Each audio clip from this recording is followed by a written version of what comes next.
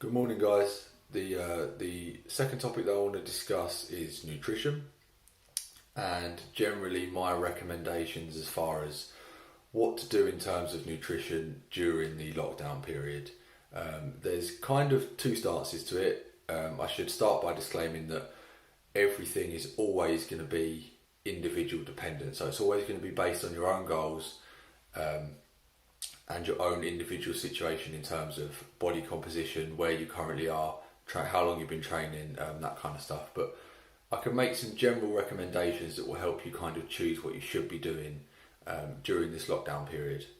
So the first way to look at it is that this could be, for some individuals, a perfect time to lose some weight that you may have been trying to lose for a long time.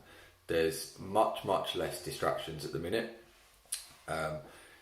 A lot of us that aren't key workers and that are at home, we have all the time in the world to prepare food.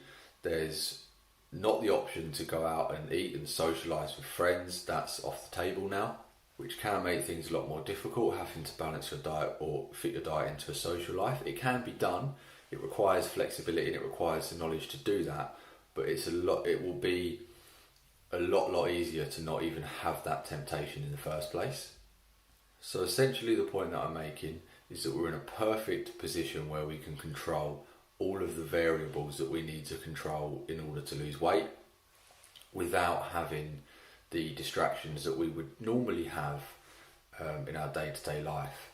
The only thing that I do want to say is, I've mentioned this in a post on my page, but it's fine, and I agree that it's a great time to be able to establish consistency and to lose weight through a diet. But we want to make sure that we're not, for those of us who may be into bodybuilding and are looking at competition prep, essentially looking at getting to very low levels of body fat, I wouldn't necessarily recommend doing that during the current situation that we're in, because it puts our immune system in a compromised position. And it might be my opinion, but it wouldn't be the smartest thing to put our immune system into a compromised position when there is a global virus going around. By putting ourselves into a position where our immune system's compromised, we would certainly be putting ourselves at more risk if we were to contract the coronavirus. But for those individuals who are looking to lose weight within a healthy range, this would be a perfect time to be able to establish some consistency, like I said, without the distractions of our normal day-to-day life. The second point that I want to make is in relation to our immune system.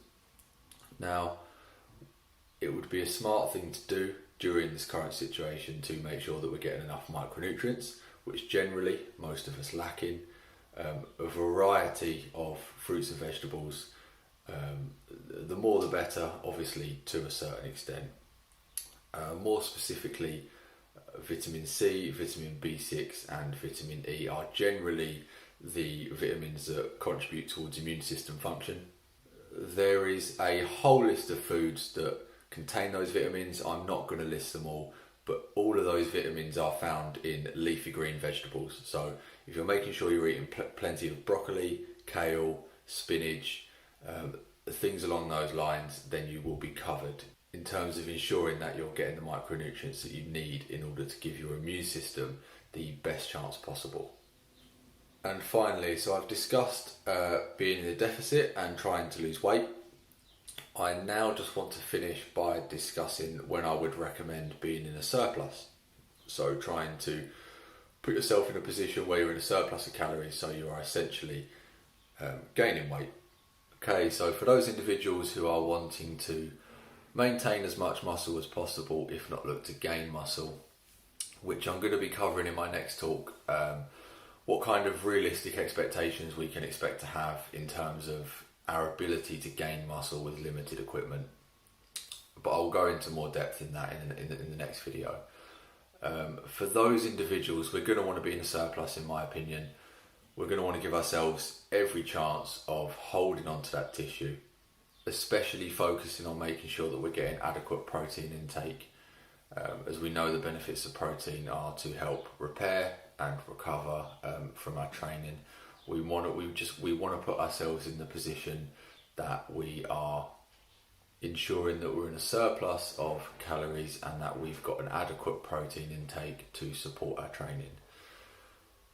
Reason being, if we're somebody who is trying to have a lot of muscle mass, which we know is not something that the body necessarily needs, putting on a lot of muscle is not the easiest thing to do.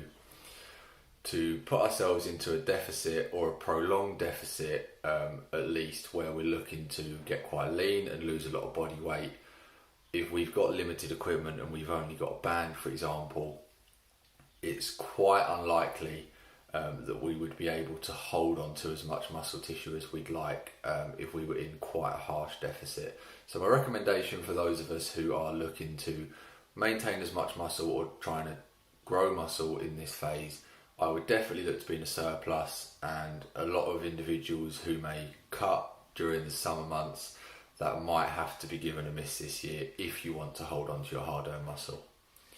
I hope you enjoyed that, guys, and like I said, there'll be a third and final video discussing training at home and kind of what expectations we can have in terms of progress.